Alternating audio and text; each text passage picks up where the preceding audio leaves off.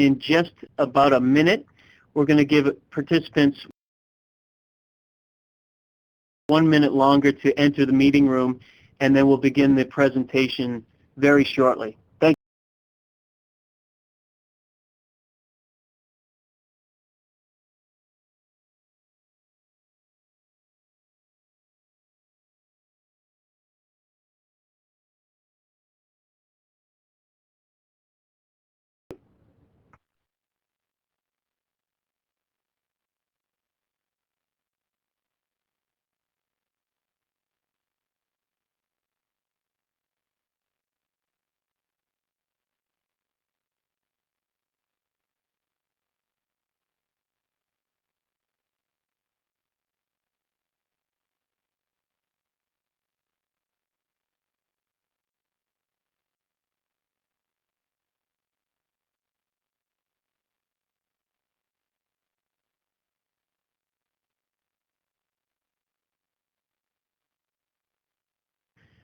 Okay, we're going to get started. Good day, everyone, and welcome to the webinar, Allocating Staff Costs Between Administrative and Activity Delivery Costs for CDBG Grantees.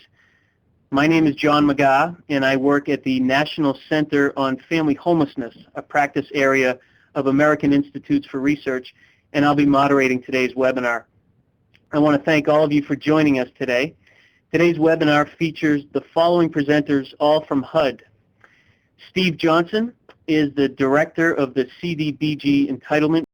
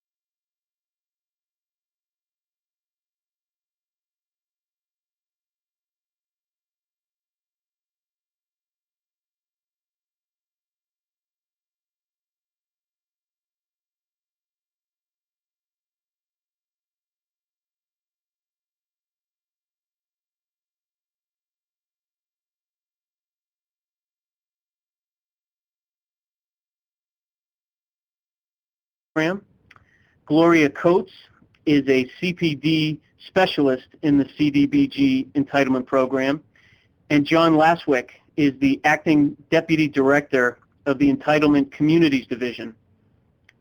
Also, we have with us Diane Labasso, Puping Huang, and Karen Pierce on the line with us as our resource advisors to help answer any content questions that you may have. Next slide, please. Now, before we begin today's presentation, I want to go through just a few logistical announcements. Today's webinar will last approximately 90 minutes, and it is being recorded. The webinar recording and the PowerPoint presentation will be posted next week on the 1CPD Resource Exchange Training and Events page at the web address shown on your screen. And an email will be sent to all attendees following the presentation with instructions for how to get credit for this training, and also to request that you complete the feedback survey, which is of great help to us to constantly improve these webinars. Next slide, please.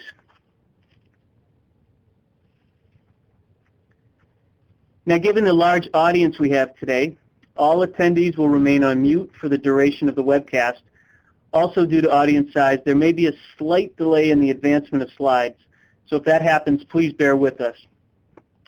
You can submit questions at any time in the Q&A pod that will appear on the left of your screen, and your questions are very important to us. There will be a formal question and answer session at the end of this presentation, and we may not have time to answer all questions that have been submitted. However, a frequently asked questions document will be developed and made available. You can also use the Q&A pod to request assistance if you experience any technical difficulties at any point.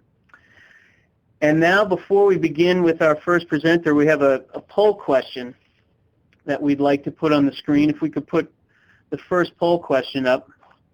And this is to give us a baseline of some of the knowledge in the room. So this is a true or false question. So if you could answer this live. Computers may be purchased as an ADC, or an activity delivery cost.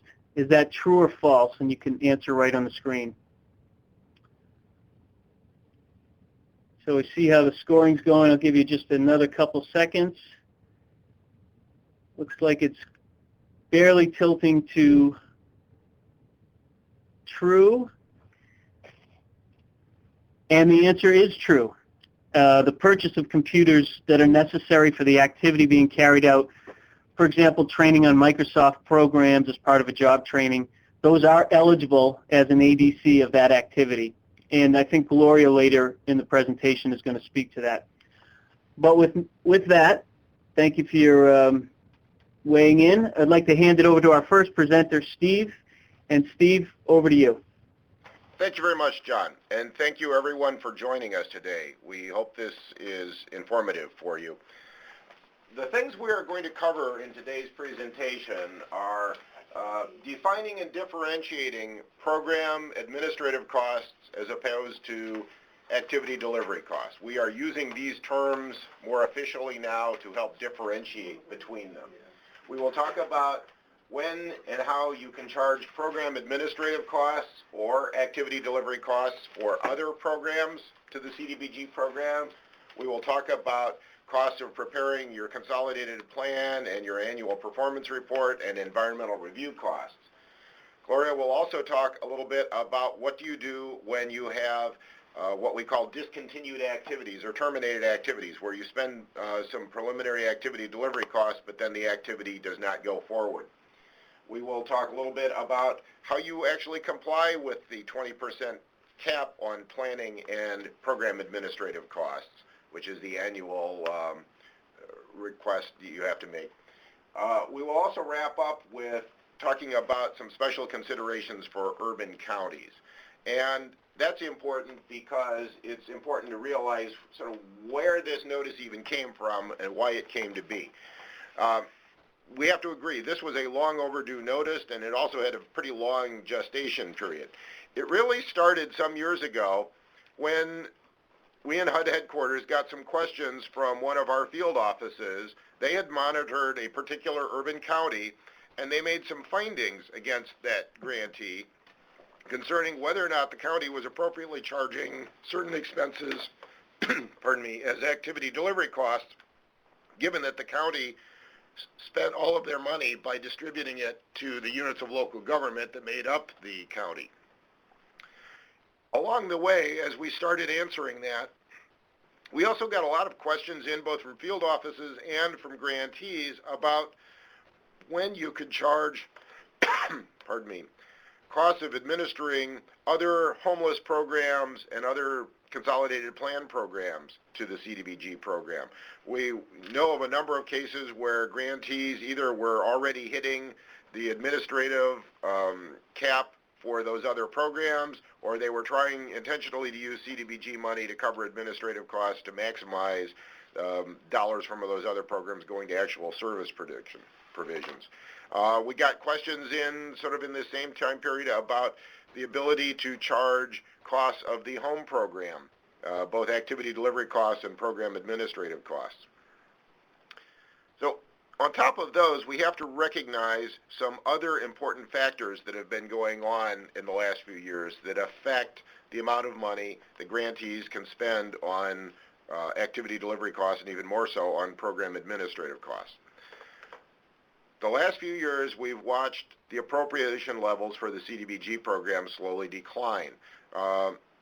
Appropriation levels nationally went down 26% from 2010 to 2012. In real terms, if your grant had been $600,000 and it declines to $450,000, then the amount of program administrative costs that you can charge under the 20% cap go down from $120,000 to $90,000. But reality intrudes here. It does not cost you 25% less to run a grant that is 25% smaller in dollars. Program administrative costs are simply not elastic with total grant amount. It's even worse if you have a very small grant. If your grant was, say, $240,000 and it declines to, say, $180,000, then the amount of money that you have for program administrative costs under that 20% cap declined from $48,000 to $36,000, which is probably less than the bare minimum it will take for you to run the grant. On top of that, we've got local fiscal constraints that you all have been dealing with. You certainly know this better than we do even. With local budgets being severely constrained because of declining revenues, a lot of grantees that used to cover or subsidize the cost of administering the CDBG program simply didn't have the resources locally to do that anymore. So grantees were forced to start charging the CDBG program or some of these other federal programs costs that previously they would have been covering themselves. And we've also seen grantees get very creative in trying to make sure that they are charging everything that they can as an activity delivery cost to avoid bumping up against the 20% cap on program administrative costs. Frankly, sometimes I think grantees have tried just a little too hard in that regard. And we can't ignore the fact that certain grantees have probably faced some political pressure to, shall we say, bury general government operating costs in the CDBG program. We know we've seen that in a few cases. We've also seen outside stakeholder interest in the question of how much money is being used for administrative costs in the CDBG program.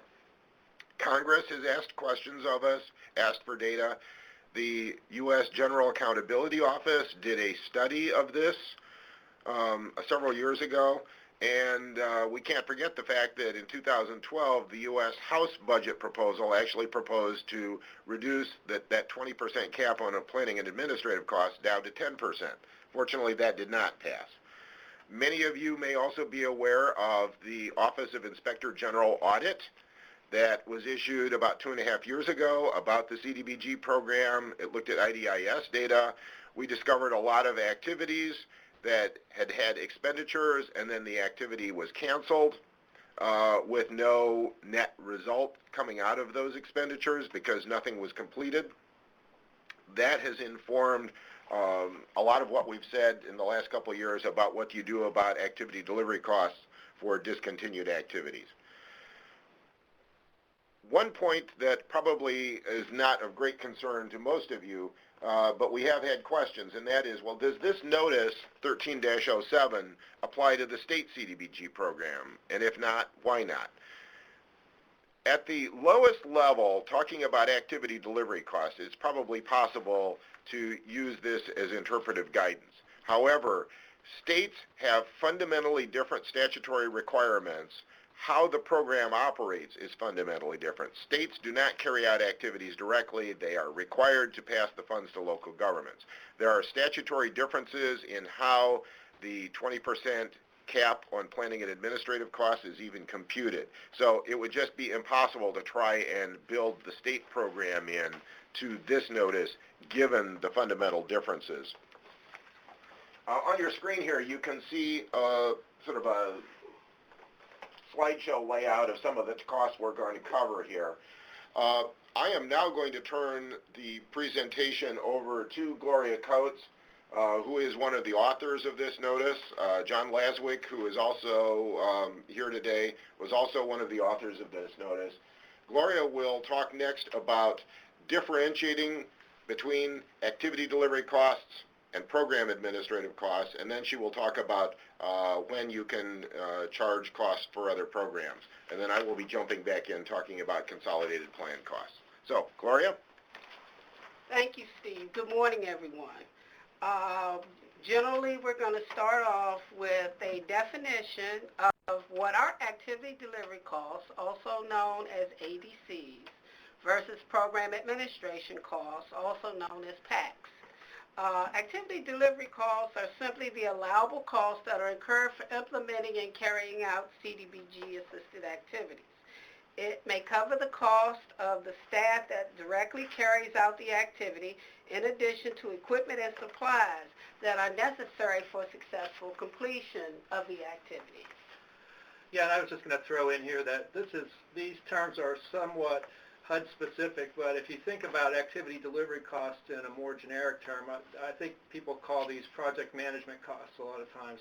A developer would have project management costs for the people who are actually, directing the construction of a building or something like that. So this is sort of micro level, and then the program administrative costs are a little bit more macro level. Thank you, Joe. The program administration costs are PACs.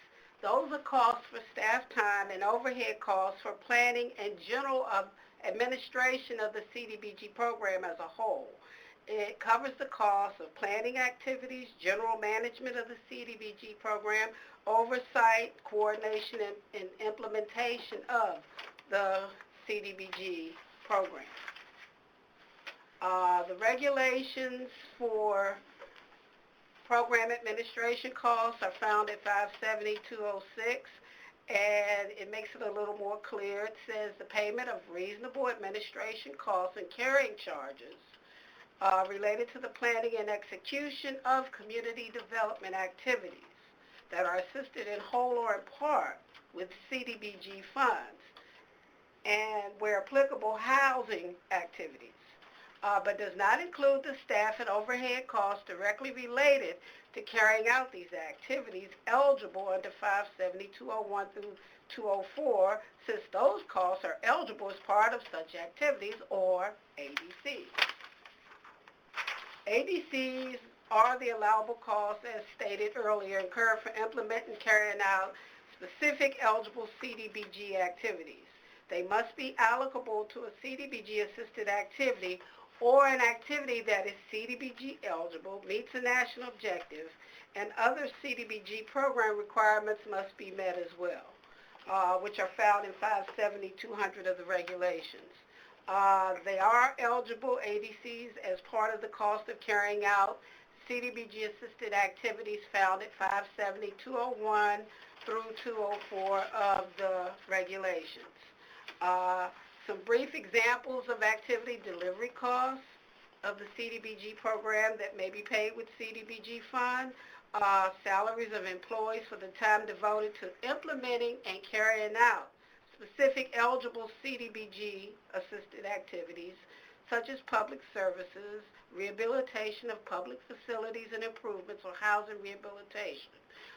Examples are on your screen: housing rehabilitation specialists that perform inspections on housing units that have been rehabilitated with CDBG funds, persons who are providing direct job training on basic computer skills and programs, persons who are directly involved in the activities, such as those who bag up and distribute food at a food bank.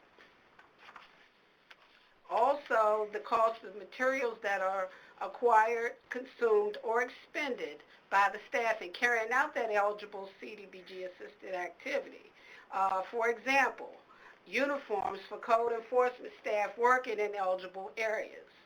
The file cabinets used for filing applications for CDBG assistance, such as for homeowner rehabilitation assistance or economic development assistance. The paper that's used for the applications that interested persons fill out that want to apply for CDBG assistance. Also, what is eligible as an activity delivery cost are the travel costs incurred specifically for the carrying out of eligible CDBG-assisted activities. For example, the visits to the various sites where housing rehabilitation activities are being carried out to check the progress of the work being performed, and also to conduct final inspections of completed rehabilitation projects. Also, depreciation and use allowances for vehicles used to conduct code enforcement and inspections only in CDBG eligible areas. Note below that CDBG funds may only be used to pay for travel costs that are specifically related to a CDBG-assisted activity, and they cannot be used for travel costs in general.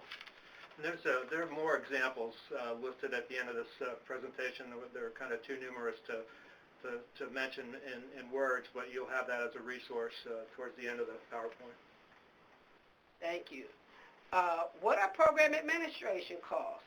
Those are the costs for the staff time and overhead costs for planning and general administration of the CDBG program. As stated before, they cover the costs of planning, general management, oversight, coordination, monitoring, and implementation of the Community Development Block Grant Program as a whole.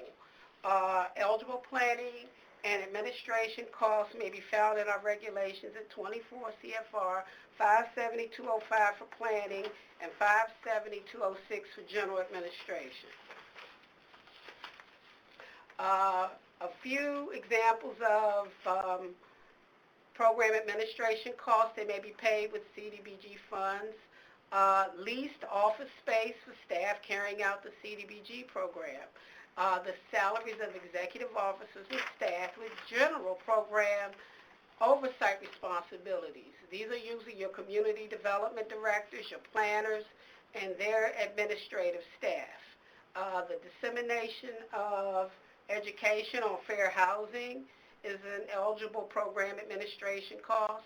The cost of data gathering and studies on the needs for a specific activity, for example, a park in a CDBG eligible activity or public facility, such as a recreation center, for example. The time that's spent developing general CDBG program policies and procedures, such as the application process for applying for CDBG assistance, and development of the procedures that will be used to monitor subrecipients for performance in accordance to the regulations. Now, we're going to turn it over to Steve Johnson to speak about consolidated plan program administration costs. Yeah, this is John. I'm just going to jump in here for a second and say, yeah, I mean, there's a long list of things that you can do, but the way that I think of this when we were writing the rules is that the program administrative costs are the most general, higher level kind of employees. So those people never get their hands dirty. And then you have at the activity delivery cost level, the people that are out there checking the floor joists and doing that for rehab or running social service programs, and they've got ketchup on their hands and charcoal and everything else. And then there's people and those people are pure activity delivery cost people. And then there's people in between, like maybe their managers who do some general administrative stuff and sometimes get their hands dirty, and those people may have to split their costs. Thank you. I think that's a good point. Gloria was just talking about some of the examples of program administrative costs, and some of them directly relate to the consolidated plan, the CAPER, some of the other costs. You can charge the entire cost of developing all the components of your consolidated plan to the CDBG program under the regulations. This is 570.205 and 570.206, as Gloria noted before. The reason you can charge the costs of the entire con plan and your annual action plan to the program, despite the fact that you may have more than one program included in that, is because you have to do all of those same data evaluation, needs assessments, strategies, etc., regardless of which programs or how much money you get funded under. And because everybody who's doing a consolidated plan at least gets CDBG program. So that means the entire cost of developing your con plan can be charged as a program administrative cost. The reason it's a program administrative cost is, as John said, you're not talking about individual activities here. You're talking about this overall plan that you develop in order to get your funding as a whole. So staff costs, indirect costs, costs of actually publishing the summaries of your plan, publishing your public hearing notices, the staff time of going to the public hearing and holding the hearing, etc., those are all fully charged to the CDBG program as a program administrative cost. If you hire a consultant to put together your consolidated plan or your action plan, those costs would also be chargeable as a program administrative cost. Likewise, the time you spend by you, subrecipients, nonprofit groups, consultants, whomever, that are developing your citizen participation plan, your annual CAPER, your analysis of impediments to fair housing, all of those are fully chargeable as a program administrative cost to the CDBG program because you are statutorily required to do those things regardless of whether you only get CDBG money or whether you get money from 2, 3, or all 4 of the formula programs. Now, before you get too carried away here, remember that just because the CDBG program allows you to charge the entire cost of those things, you still have to comply with other program requirements. If you're hiring a consultant to do your con plan, you have to follow procurement requirements. If you're charging indirect costs, you have to have an indirect cost plan. You still have to comply with the 20% cap on planning and administrative costs. It's not just the cost of developing the CDBG portion of your consolidated plan that files under the 20% cap. It's the entire cost that you're charging to the program. Also, I think you need to keep in mind that you have larger expenses in this realm every couple years when you are doing your 3 to 5 year consolidated plan. You need to factor that in when you're thinking out over the next several year period that the year in which you're actually doing your data analysis or you're actually writing your consolidated plan or when you're updating your analysis of impediments, those additional costs, if you're going to charge them to the program, mean that you're going to have less time, less charges in other areas of program administrative costs that you're going to be able to charge to the program. I made up the term calling that the cost bump because it means you're going to have additional administrative costs every couple years. Oh, I thought we were going to dance. Oh yeah, this is what that was the latest disco craze. That's right. George Clinton calling. Yeah, George Clinton. It was in fact it was originated at that famous government-run discotheque Circular 54, I think. Oh, good. Yeah, ha ha ha. You know, we are required to have at least one really lame joke in every presentation, and that was it. Is it PAC or an ADC though? In order to meet your affirmatively fair housing certification for the CDBG program and all your other programs that you're getting funding under, you also have to take actions that show what you're doing to overcome identified impediments to fair housing. You have to maintain records to that end. You have to report to us what you're doing. Those requirements are not unique to specific programs. Your fair housing certifications, the actions you take, those are things that you have to do as a unit of local government. And it applies to everything you're doing as a unit of local government, not just when you have your CDBG program hat on or your home program hat on. So those are not subject to requirements about specific programs. They are across the board. So therefore, any of those costs relating to fair housing are going to be chargeable as a program administrative cost if you wish to do that. Now, there is one little alternative when it comes to dealing with fair housing activities. To the extent that you are providing a service directly to citizens, like providing fair housing counseling, or you're holding public awareness campaigns on something, if you are directly benefiting individuals or groups of individuals, you can charge those as a public service activity under 570.201E. But keep in mind that if you are charging that as an activity, as a public service activity, then you are subject to the 15% cap on public services, which is actually lower than your cap on planning and administrative costs.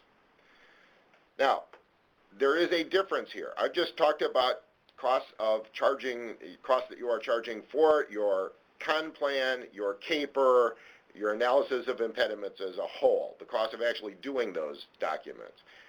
It's a totally different story when you're talking about charging the costs of administering specific activities or specific programs that are covered in the consolidated plan. That's something totally different. Gloria is going to be talking about that in a few minutes.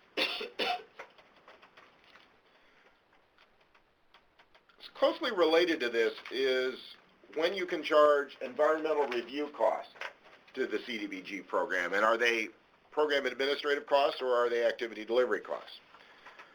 General environmental review work is eligible as a planning activity.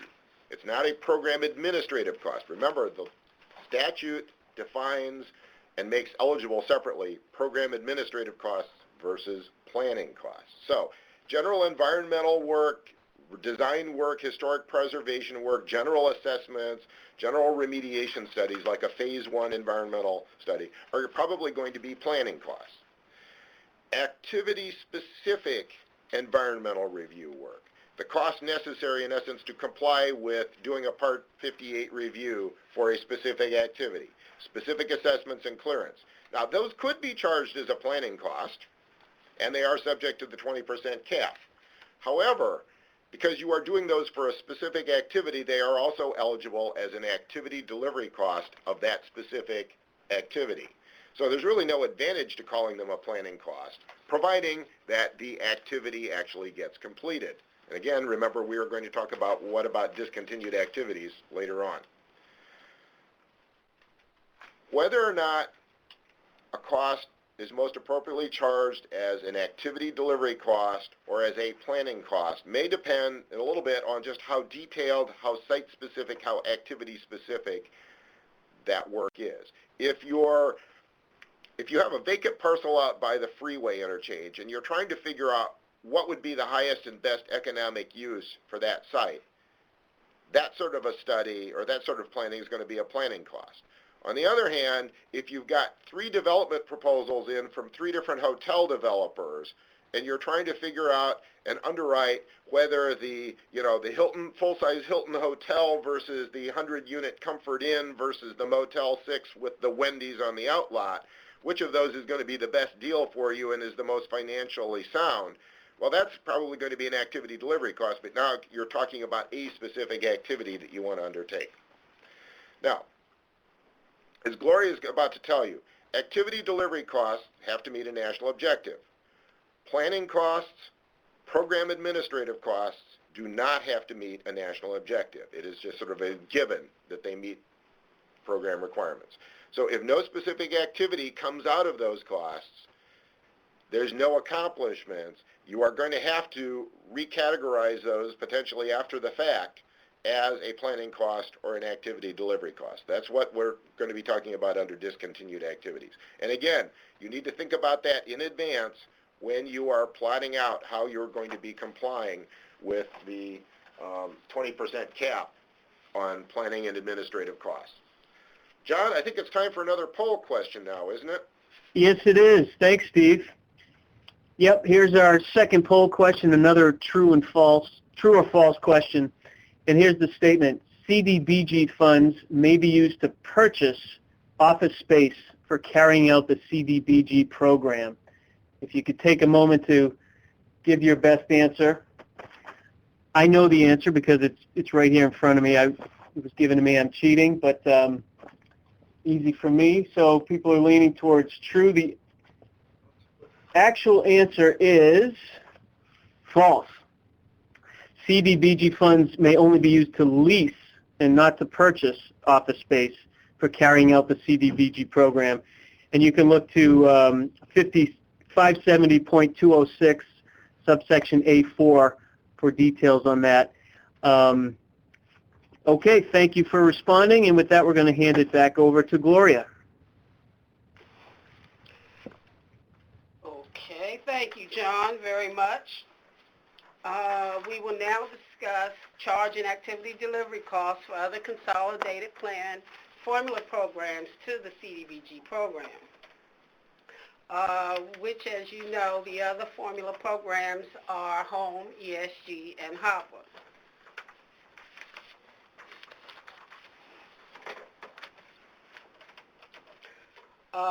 Activity delivery costs for Home, ESG, or HOPWA-assisted activities must be for activities that are CDBG eligible and meet a national objective. These activities may be only assisted with Home, ESG, or HOPWA funds, or assisted with both CDBG and home ESG or HOPWA funds. Any activity assisted in whole or in part with CDBG funds are required to meet all CDBG program requirements and is subject to all CDBG rules, in addition to the rules of the other grant programs. This is an important principle here. I mean, this basically sort of drives almost all the rest of the slides, because so you don't have to remember if a specific activity is eligible. You just have to remember that it has to be CDBG eligible, it has to meet a national objective, and in some cases it can be allowed, as we'll hear in a minute, if it's specifically authorized by Congress. But everything else, if your activity doesn't meet a CDBG eligibility or national objective standard, then you can't do it. Thank you, John. As John just alluded to, Congress did authorize CDBG funds to be used to pay activity delivery costs for housing services in support of home-assisted activities, such as housing counseling, work specifications, energy auditing, loan processing, and tenant selection. Now, there is no such authorization for ESG and HOPWA. However, activities that are eligible under ESG and HOPWA that are also eligible under CDBG are your public services such as mental health care, regular health care, homeless services, transportation of unsheltered persons, life skills training, emergency health services, acquisition, rehabilitation, lease of, and repair of facilities to provide housing. All of these activities, as I stated before, except the building renovation and acquisition, are CDBG eligible public services. Keep in mind, for public services, for them to be eligible for CDBG assistance, they must be either a new service or a quantifiable increase in the level of an existing public service, which has been provided by or behalf of a unit of general local government during the preceding 12 months. And as you know, the CDBG public services cap is 15% of a grantee's annual CDBG grant plus 15% of the preceding year's program income. The acquisition of property by lease for CDBG program purposes has to be for a minimum of 15 years, it may be more, and repair properties for housing. These activities may qualify as either rehabilitation of public facilities if the intent is to only provide transitional housing. However, if the grantee's intent is to provide permanent housing, then the acquisition and repair properties would be considered housing rehabilitation rather than the rehabilitation of a public facility.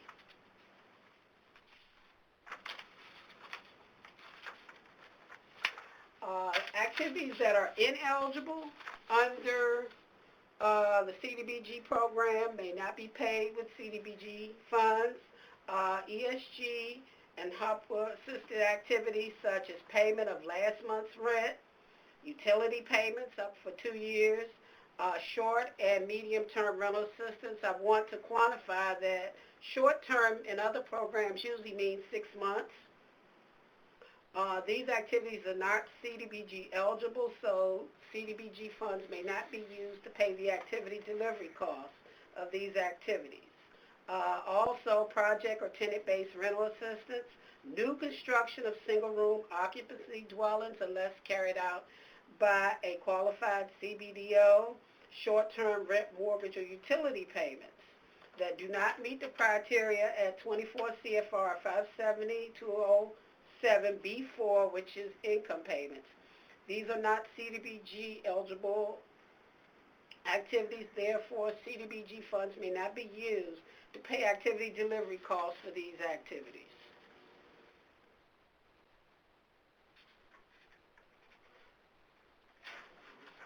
Okay, we will now discuss charge and activity delivery costs for other CPD programs such as your homeless programs and other federal programs, the Homeless Management Information System, EZs and ECs. With regard to the homeless programs. It's a consolidation of supportive housing programs, shelter plus care, and Section 8, moderate rehabilitation, single-room occupancy. These have been consolidated. There are activities that are eligible under these programs that are also CDBG eligible. Supportive services to assist homeless participants to independent living, outreach, child care, job training are examples. The operation costs of a supportive housing facility, such as the maintenance, equipment, supplies, insurance, food, furnishings, etc., those are eligible as well. Also, the acquisition or lease of property to construct or rehabilitate supportive housing for homeless persons, which are generally your homeless shelters. Also eligible are public service activities such as alcohol and drug abuse treatment, health care treatment, mental health treatment, education services, and job placement. Activities that are eligible under the homeless programs that are not CDBG eligible are rental assistance that are connected with the moderate rehabilitation of single-room occupancy units and project and sponsor-based rental assistance. I did want to note here, you see the asterisk, the rehabilitation costs must be paid for with another funding source in accordance with the regulations for the homeless programs. And CDBG funds may be used to pay for that rehabilitation of those single-room occupancy units in common areas. This would be considered rehabilitation of a public facility in accordance with 24 CFR 57201C, since these are transitional facilities.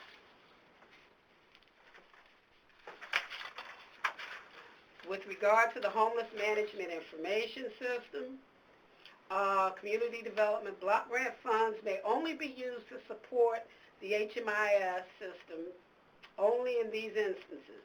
The cost must be activity delivery costs of a public service activity that's carried out in accordance with 24 CFR 57201E. The grantee must be carrying out a CDBG eligible public service that meets the national objective.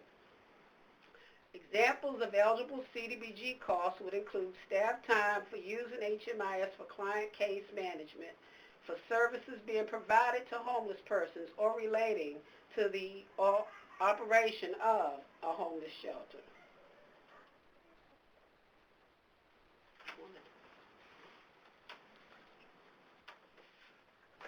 Yeah. One question that we got up raised on this earlier had to do about the cost that you spend using, basically harvesting data out of your HMIS system for your needs assessments. For example, for doing your homeless and special populations needs assessment in your consolidated plan. And somebody said, well, shouldn't that be an eligible cost then, because doesn't that make the HMIS system eligible because you're using it as a data source for your CDBG program and your con plan?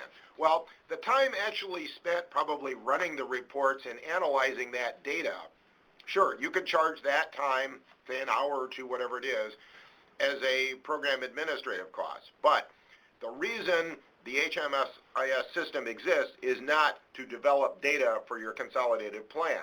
The reason it's there is to manage your homeless programs and specifically to manage and oversee the client base for programs that are not necessarily CDBG eligible activities.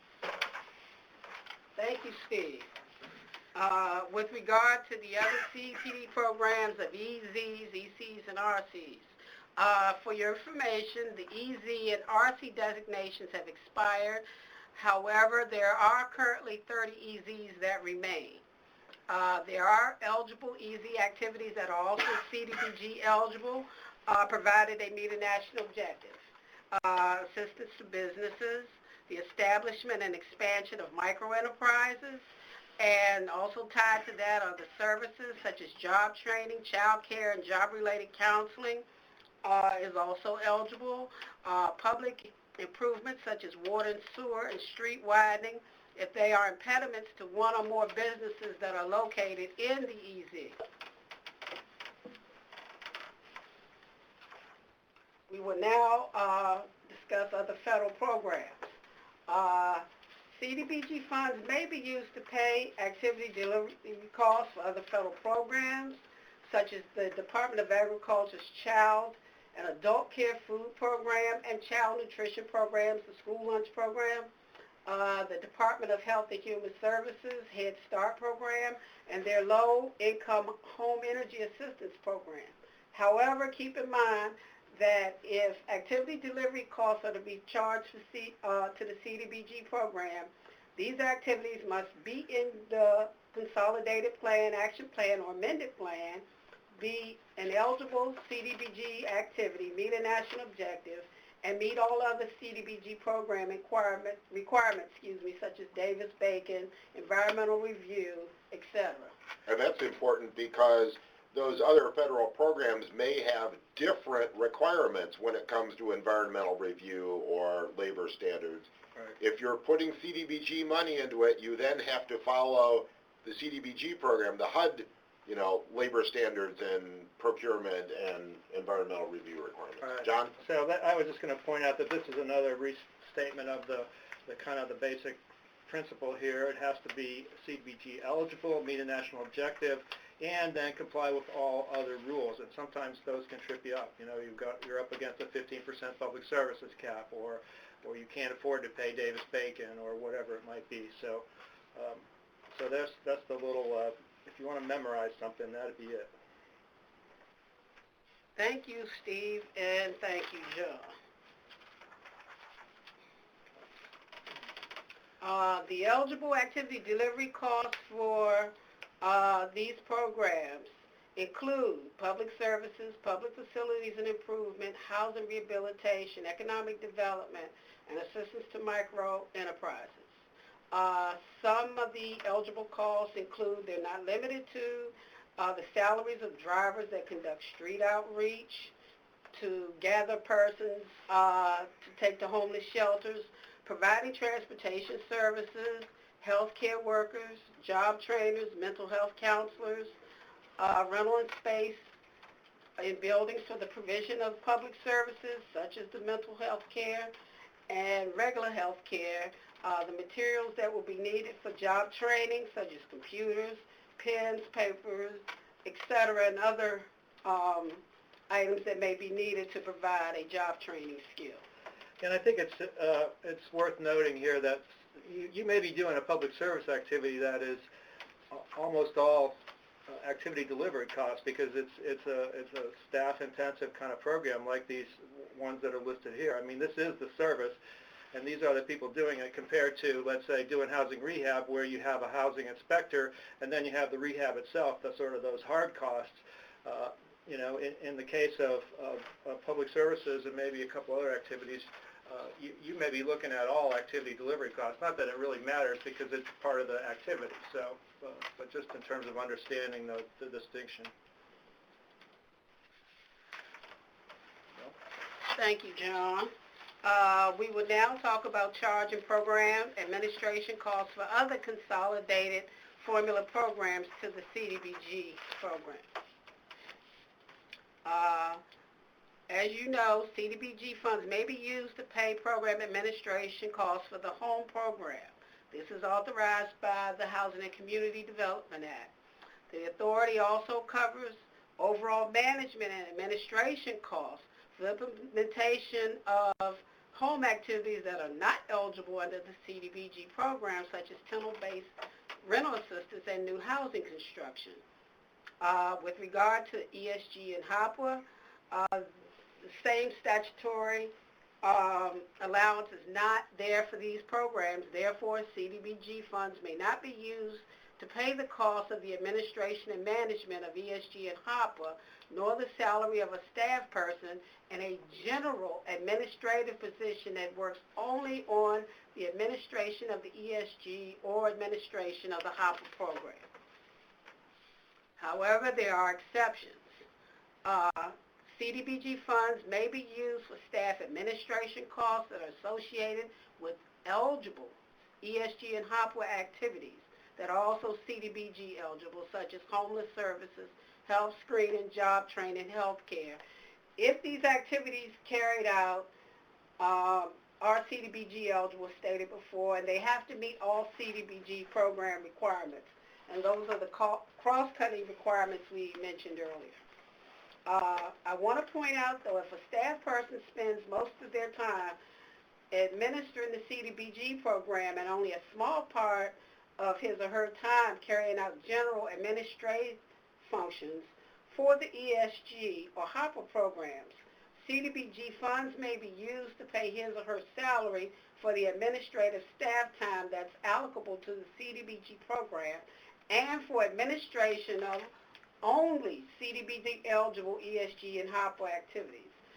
Quick example, if someone spends 80% of their time at CDBG program administration, 20% of their time on ESG and HOPWA, and let's say 10% of that 20 is spent on public service type activities such as health screening and job training, and the other 10% is for rental, tenant-based rental assistance or project-based rental assistance, then only 90% of their salary may be charged to the CDBG program.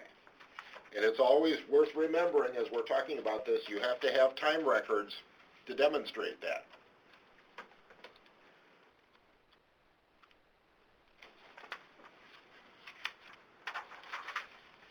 May take you longer to fill out than Yes. get back for it. John's making a good point. You may have to make the decision, is it really worth to charge those costs? Keeping, yeah. Okay, thank you, gentlemen. We will now discuss charging program administration costs for the other CPD programs mentioned earlier and other federal programs. With regard to the homeless programs, the Housing and Community Development Act prohibits CDBG funds for paying the costs of the administration and management of the shelter plus care and the supportive housing programs, and it does not permit the salary of a staff person in a general administrative position that works only on the administration of these programs to be paid with CDBG funds. CDBG funds may not be used to pay for program administration costs for activities that are eligible under the Shelter Plus Care, such as the rental assistance, but are ineligible under the CDBG program. An exception is that CDBG funds may be used for program administration costs that are associated with eligible, CDBG eligible, that is, supportive housing programs and Shelter Plus Care, such as your supportive services, which are your public services, only if these activities are otherwise CDBG eligible and meet a national objective and all other CDBG cross-cutting requirements.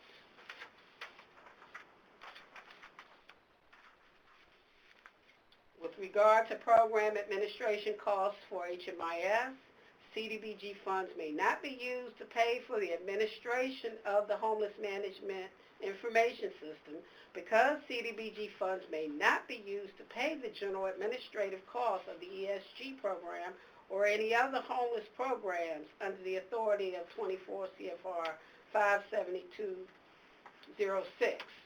That is because, as Steve said before, this system is primarily for the collection of data for the continuum of care programs and homeless programs. It's not a data source for CDBG-assisted activities that benefit homeless persons.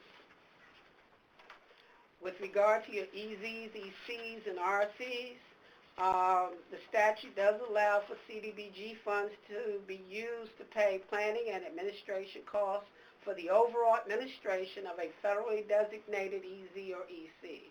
However, CDBG funds may not be used to pay planning and administration costs for RCs or renewal communities because they are not included as eligible communities under the statutory or regulatory provisions that govern the CDBG program. With regard to other federal programs, CDBG funds may not be used to pay the planning and administration costs for the overall administration of other federal programs, even the ones I mentioned before, even if some of the activities are CDBG eligible and meet a national objective.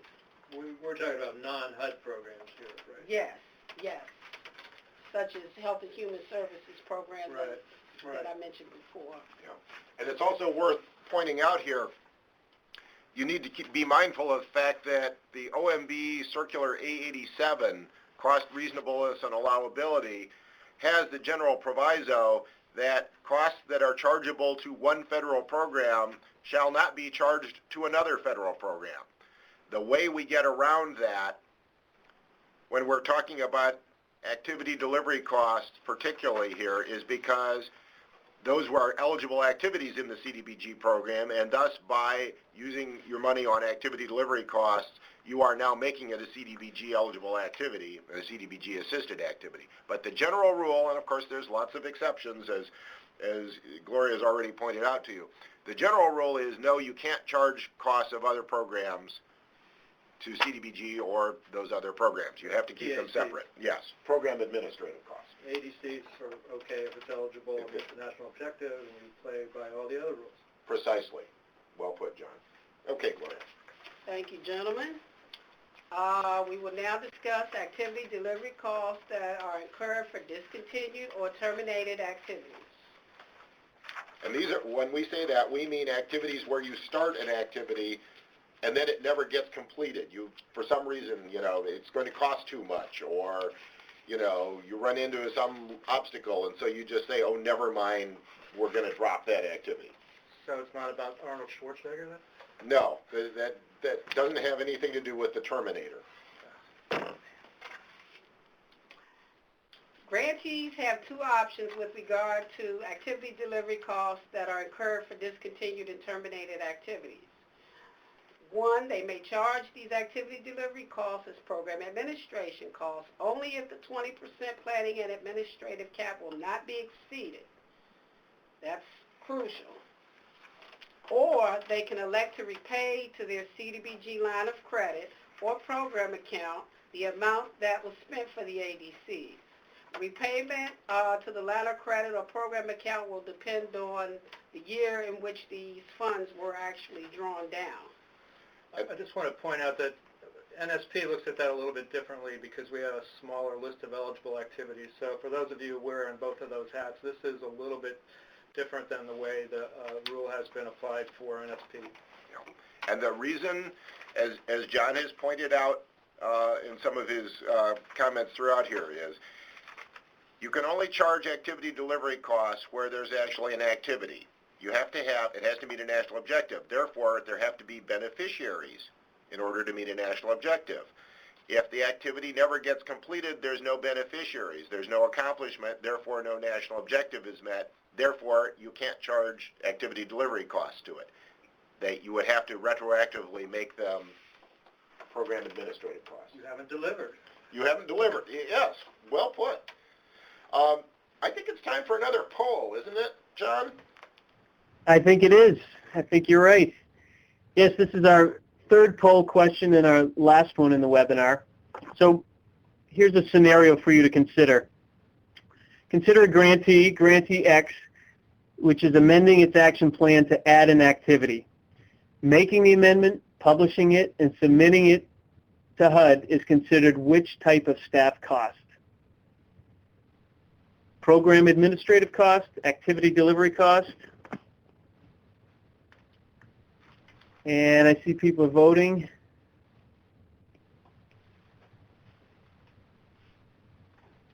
And it's overwhelmingly to program administrative costs. Steve, do you want to answer that one? Sure.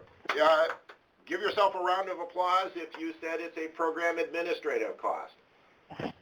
The tricky thing when we wrote this question is people might think, oh, well, we're just adding one activity, so can it be an activity delivery cost of that activity? No. If you're charging costs relating to your con plan, it is a program administrative cost and nothing else.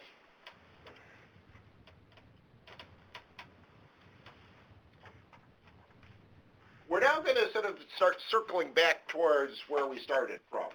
We want to talk about compliance with the 20% cap on When we say planning and administration, remember, planning is a separately eligible activity. When we say administrative costs here, we mean program administrative costs, not activity delivery costs. A question that I always like to ask, but we didn't put it in the poll, is where in the law, in our statute, do you find this 20% cap? It's a trick question because it has never been in the Housing and Community Development Act. Congress includes it in each year's appropriations bill. It's sometimes good to break this compliance with the 20% cap down into sort of a series of questions. First is, well, 20% of what for a year? Compliance with the 20% cap on planning and program administrative costs is computed for all of your expenditures and obligations during your program year. It's during that 12-month slice of time, say from July 1 through June 30th, if that's your program year. The 20% of what is 20% of your grant amount, your allocation, plus the program income that you received during that program year.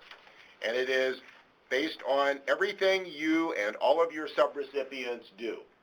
And it is not, at this point, tied to what year the money is. We're not concerned about whether it was your 2013 grant amount or your 2012 grant amount. It's what you did during your 2013 program year. What counts against the cap? It's all of your planning costs under 570.205. It is your program administrative costs under 570.206. Activity delivery costs are not counted against the 20% cap. And I know one person had already dropped us a question saying, is there a percentage limit on activity delivery costs? No, there is no explicit limit on what percentage of activity delivery costs you can charge to an activity, but it has to be reasonable. So, how do you actually compute the cap? All right, you take the sum of the expenditures this year.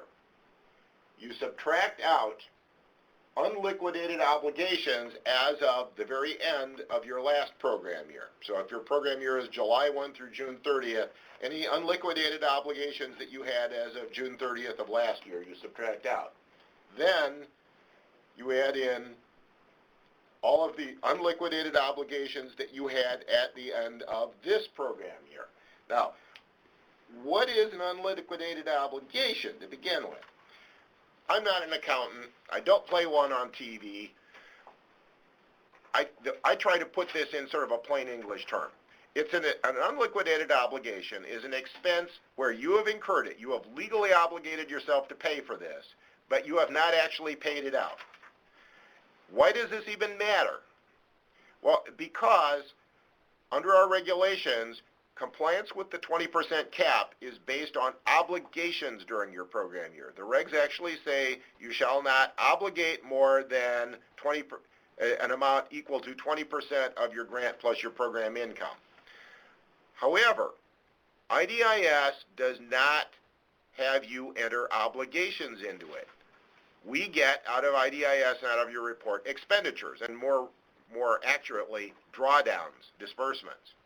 So you have to basically convert expenditures to obligations through manual adjustments in your CAPR to arrive at what you actually obligated.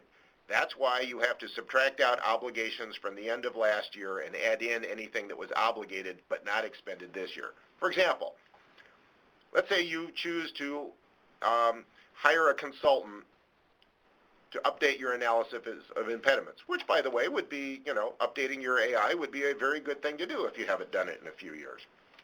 And let's say your program year is July 1 through June 30th.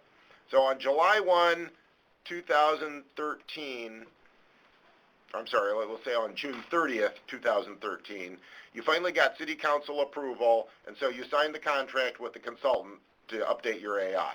You didn't actually pay anything out to that consultant until July, August, September of 2013, which is this program year. But you obligated that amount last program year. Then let's say we get to the end of your current program year and you decide you're going to hire a consultant to do some planning study for you. Again, you didn't obligate that money until really close to the end of this program year, and you didn't actually pay anything out. So you would subtract out the unliquidated obligations from your AI consultant as the end of last year, and you would add in the unliquidated obligations for your planning consultant at the end of this year. Now, what happens if you don't comply with the cap?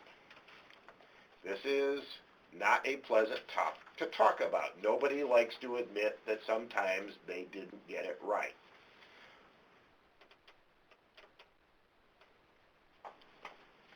The cap is a 20% cap on planning and administrative costs is a statutory requirement.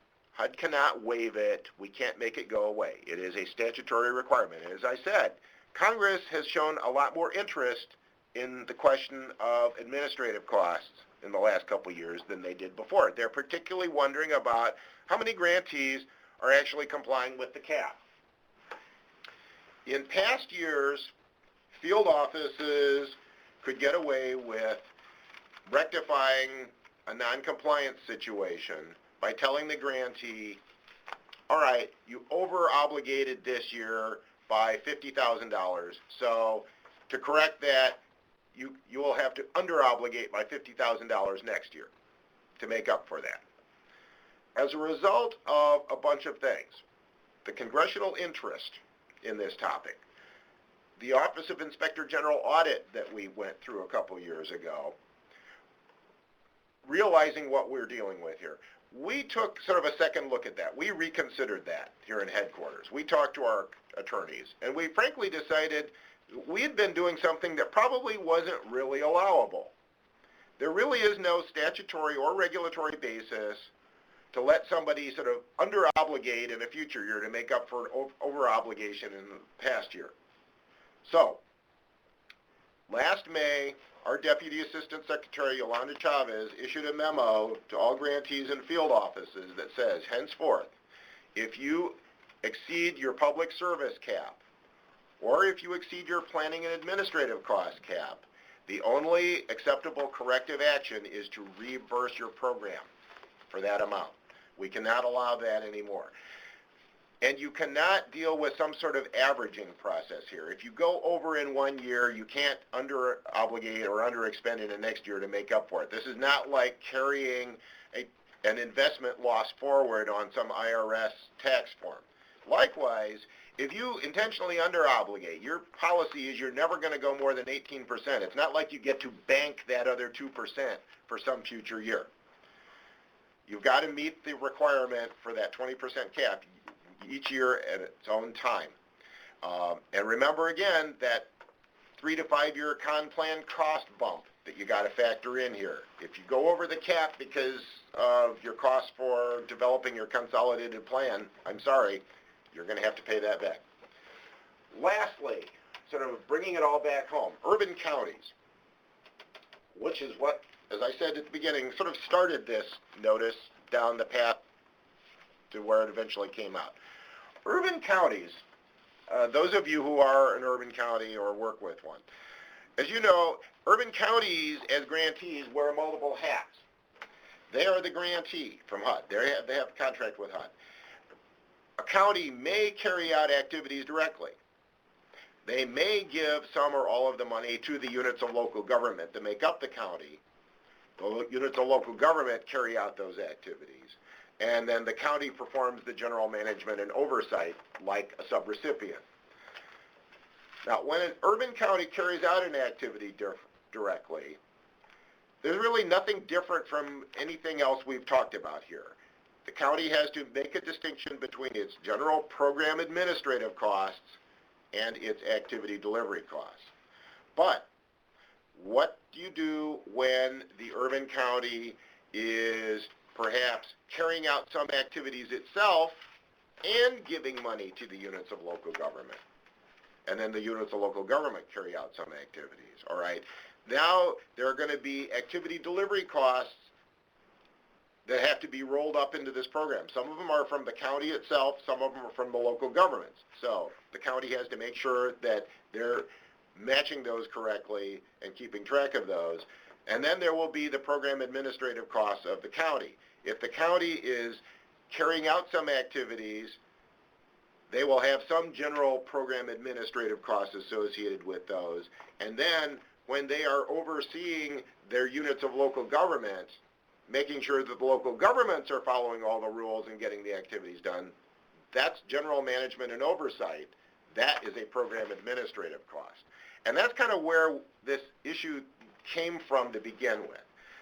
Because in the case of the specific county that sort of started all of this, the county said there are certain things that we ourselves are going to do. The local governments get all the money and they carry out, you know, the housing rehab, the sewer line replacement, those sorts of things themselves. But the county staff said, no, we're going to handle all the labor standards requirements. We're going to handle all the environmental reviews. We're going to handle the Uniform Act, acquisition and relocation requirements. We think that's too much of a burden to put on the local governments. For specific projects. For specific activities. So when the local government holds their bid opening, the county staff would come and do the presentation on, you know, wage rate interviews and, you know, labor standards reporting. So now in that case, the county actually does have some activity delivery costs that they could charge to that activity, to the extent that they are doing the environmental review, to the extent they're going out and doing the wage rate interviews and reviewing the weekly payrolls. Those would be activity delivery costs for that activity, even though the town is carrying out the rest of the activity, the construction. But a county has to make sure that they are differentiating, you know, which hat they're wearing at any given moment. If they're actually going and doing wage rate interviews, fine, now they've got their activity delivery cost hat on. But if they are simply going to the local bid opening, sort of to fly the flag of we're the county, this is our money, we're here to make sure the town is doing things right, well, that's a general program administrative cost because they are simply overseeing their subrecipient. They need to keep those costs differentiated. They need to have time records. And it can be trickier. All right. We're not going to go through these, but as John mentioned before, we've got on our slides here a number of examples of other activity delivery costs for ESG, home, etc., ineligible costs. We do not have time to go through these, but these slides will be available to you on the HUD Resource Exchange. And still getting here down to the last. Here we go. All right. John. Okay, thanks, Steve. Yes, as Steve just said, we're going to open it up to the webinar to questions. And again, due to the large size of this audience, we're only going to respond to written questions. We're only able to. So please use the Q&A pod on the left of your screen to submit those questions. We have a handful there already, but this is your chance to address any specific questions you have, so please enter them. And yeah, back to Steve and Gloria and John Laswick to address your questions. All right, thank you. We've got about 15 minutes left, and as John had noted before, we probably won't get to every one of the questions that you are asking. We are getting some excellent questions from what we can see here. One comes from somebody who has also gotten some disaster funding through their state, through the CDBG Disaster Recovery Grant. And the question is, are all the points being raised here consistent between the entitlement and the state-run disaster programs? Well, not necessarily. If you are an entitlement grantee, but you are getting disaster money from, say, the state of New York or the state of New Jersey, generally, those disaster grants that are going to a state, the default position is they follow the state CDBG program requirements. However, each appropriation of disaster funding is a separate appropriations bill and often carries slightly different variations on requirements. So not every disaster funding stream has exactly the same requirements. And HUD may have granted waivers to a state for certain things. HUD has a lot more latitude and flexibility in granting waivers for disaster money than it does for the regular. So the odds are the default position would be is that it's going to follow the state CDBG program disaster rules, for disaster funding. But check with your state because there may be specific alternative requirements that apply to that specific set of money. Another question here, Gloria, maybe you want to handle this one. Are refreshments for community meetings allowable as administrative costs or planning costs? Yes. Actually, 2 CFR Part 225, also known as OMB Circular 87, does allow for these costs, but in calculating them here, they would be eligible under 57206B, which is public information, to disseminate information on the Community Development Block Grant Program when you talk about community meetings. If you're going to dispense public information or meeting, it's eligible. However, for the affirmatively furthering fair housing, that would be 57206C, as in cat, fair housing activities. As you know, activities under 57206 are program administration costs. So yes, the refreshments are allowed, as stated in 2 CFR Part 225. However, these costs must be reasonable. And not all federal agencies have the same attitude about that, based on my experience. So. Is the time spent enforcing Davis-Bacon requirements, interviews, payrolls, etc., considered an activity delivery cost since they're project specific? Yes. Generally, the time you're spent enforcing the requirements or applying the requirements for a specific activity, that would be an activity delivery cost because you're charging it for that specific, street reconstruction project. However, it could be that depending on how high up the person is that's doing this, there could be some program administrative costs. Let's say you let your subrecipient units of local government or your subrecipients handle the Davis-Bacon requirements themselves. If all you're doing is providing general training and oversight to them, that's going to be a program administrative cost because you're not actually doing the compliance, the enforcement yourself. Your hands aren't dirty enough. Yes. Can a jurisdiction charge CDBG for home administration for activities that are administered in other CDBG entitlement cities? In this case, this would be where your entitlement city is part of a home consortium. This is a really great question, and you're probably going to be surprised at the answer. The answer is no. Even though we said, yes, the CDBG program can pay for activity delivery costs and program administrative costs of the home program. Here's the trick here. The CDBG program also requires that your funds are used to benefit your grantees. We have a provision in our regulations that talks about activities outside your jurisdiction. If you are basically paying for administration of activities in another member of the consortium, those are not necessarily benefiting your residents. So unless you can meet the requirements of our provisions at 570.307 about activity delivery costs for activities outside your jurisdiction where your beneficiaries, your residents are benefiting, the default answer would probably be no. Gloria, you've got another question here. Due to reduced HUD home and CDBG, we have applied for state funds that leverage home and CDBG. Can home and CDBG program administration costs and activity delivery costs be used to help fund activities? I have to admit I'm a little befuddled by this question because if you're an entitlement grantee, you cannot apply for funds from the state. But for the home program, you can. Okay, well, I can only speak to CDBG, Yeah. I'm sorry. So I think if the question is, could you use CDBG money, your entitlement CDBG money, to help cover the cost of a home grant that you got from your state? Yes. Providing those are eligible activities, and you're meeting our requirements. Now, you may want to coordinate with your state because, again, states have a different set of requirements and a different way of viewing administrative costs. So you want to make sure that you're not setting yourself up to accidentally be in conflict with what your state home agency is looking for from you. I'm learning all kinds of things. Yeah. Now, that's a good question, too, because it's sort of a tricky question that you might not expect. Which means it's probably going to be on the basically CDBG test.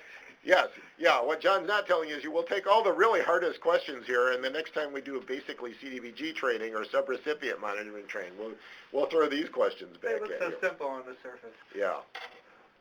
How should grantees report activity delivery costs in IDIS? This is actually a pretty common question. Activity delivery costs can be reported either as a separate activity or you can report it as part of the activity itself. So, two ways you can do that. Let's say you've got $10,000 worth of activity delivery costs for a sewer replacement project. That's, $90,000.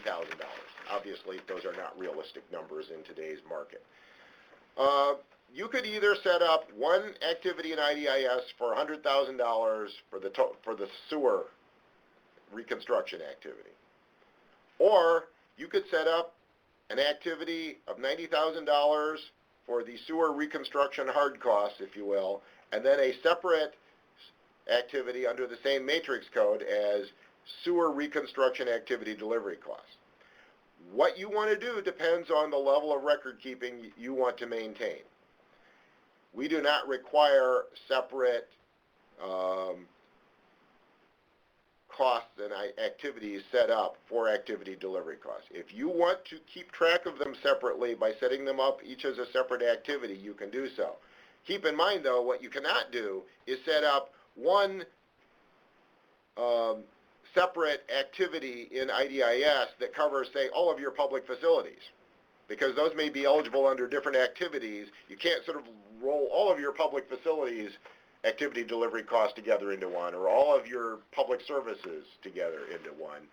You're going to have to, if you're going to break them out, you'd have to break them out for all of them.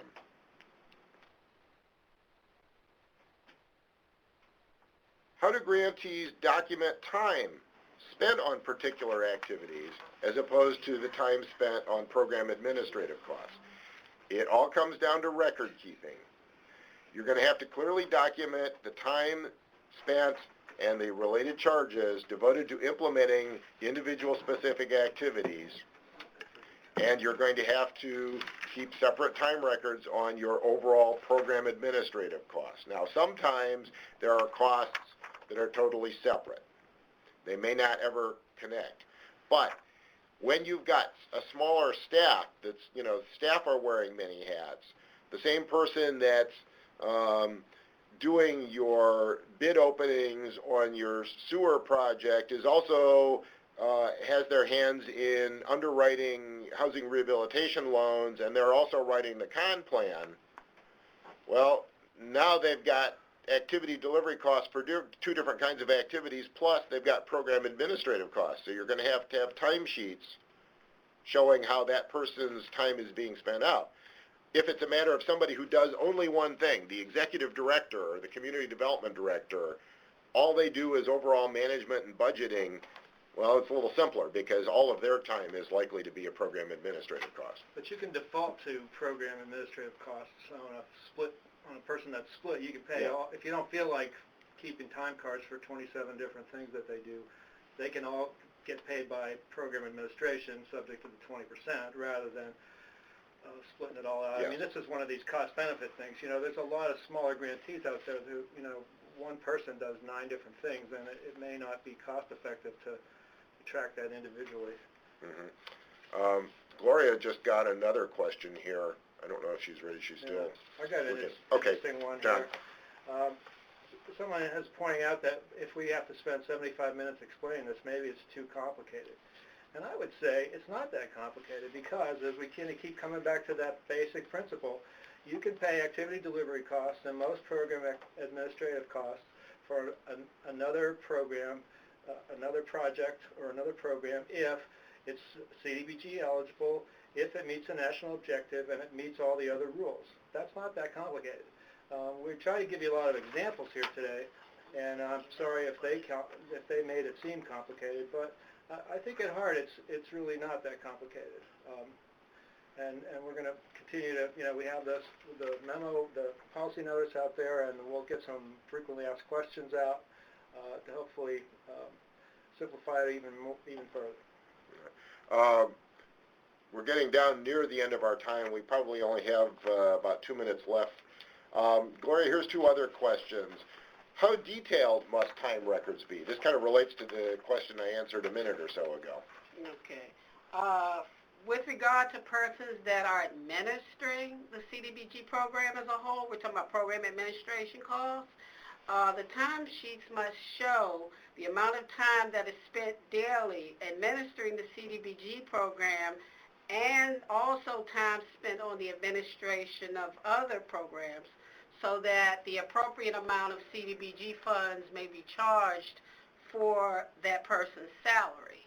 Now, on the other hand, if somebody is expending 100% of their time just on one activity, for example, a housing rehab inspector or a code enforcement person, all they do is that one activity 8 hours a day, then all they have to do is provide a certification that they have spent all of their time on that activity. You do not necessarily have to keep time records when somebody's spending all of their time on only one thing. Okay. What was the other question there, Gloria? Slide 7 states that activity delivery costs cover the cost of staff directly carrying out the activity. Does the cost of staff include training costs? And the answer to that is the training costs are only permitted if they are directly related to the activity being carried out versus general training for this staff person. Yeah, an example here might be, we'll use somebody who's working on, say, multifamily housing rehabilitation program, loan program. If you want to send that person to training on, and the training is specifically on underwriting multifamily rental housing projects, and so you're doing that to train them specifically on doing that job, that could be an activity delivery cost. On the other hand, if you, as part of, say, your city union contract, have something that says a grantee is entitled to attend 1 week of training a year, and they want to go spend it on some sort of advanced IT training, or you require staff to take, an hour of training every 6 months on IT security, the way HUD employees have to do it. Well, that's a general program administrative cost at best. Some of those things might not even be related to the CDBG program at all. Okay, I think let's see, John, let us know when we're about out of time. It looks like we've got about 1 more minute left that we can devote to questions. Are loan servicing costs eligible activity delivery costs? Generally, yes.